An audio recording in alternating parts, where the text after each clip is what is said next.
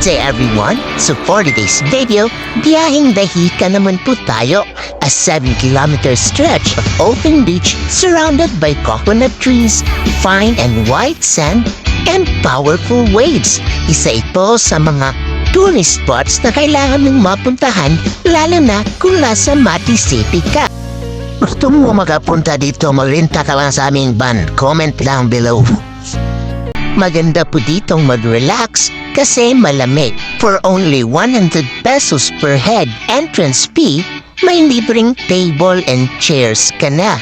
Now, kung gusto mo namang magtampisaw sa beach, perfect po ito dahil sa napakalawak na coastline, siguradong ma-enjoy mo talaga ang beach na ito.